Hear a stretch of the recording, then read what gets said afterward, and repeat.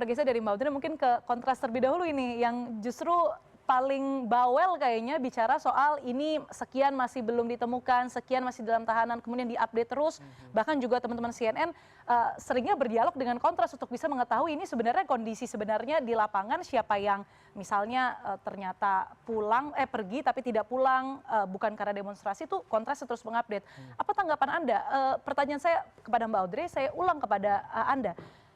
Seperti apa gestur yang dibutuhkan atau harusnya dilakukan negara, dilakukan Kementerian HAM, tapi tidak hadir pada demonstrasi kemarin untuk bisa menjamin sebenarnya untuk berdemonstrasi, mengungkapkan pendapat itu nggak masalah begitu. Ya, saya meng-highlight dulu tadi poin terakhir ya, bahwa yang dinyatakan Pak Menteri harus demonstrasi harus dilakukan secara damai dan seterusnya, dan dia respect soal itu. Berbeda dengan demonstrasi kerusuhan Agustus tahun ini. Ya.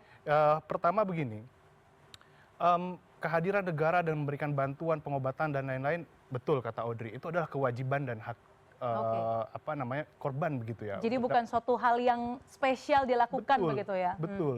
Tapi yang kemudian juga jadi titik tekan kami adalah kemana para anggota BRIMOB yang melakukan pelindasan terhadap Afan. Ya. Bagaimana proses hukumnya sejauh ini? Selain itu juga bagaimana proses hukum terhadap anggota kepolisian yang melakukan kekerasan terhadap warga sipil lain yang jelas-jelas terekam melalui berbagai macam dokumentasi video yang juga kami kumpulkan. Negara gagal hadir di situ untuk mengungkapkan kebenaran dan keadilan terhadap para pelaku-pelaku pelanggaran HAM yang lagi-lagi merugikan warga sipil.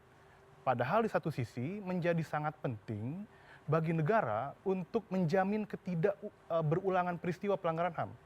Salah satunya ya dengan menghadapkan para pelaku dalam proses pengadilan, supaya dia bertanggung jawab secara hukum pidana yang juga tidak berhenti tentu pada proses hukum etik. Itu yang perlu digarisbawahi pertama.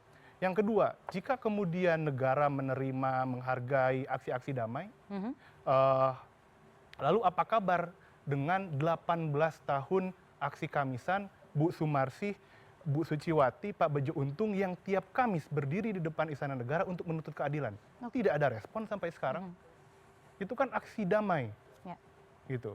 Jadi menurut kami posisi Kementerian Hak Asasi Manusia itu tidak berkutat pada ini damai atau rusuh atau chaos.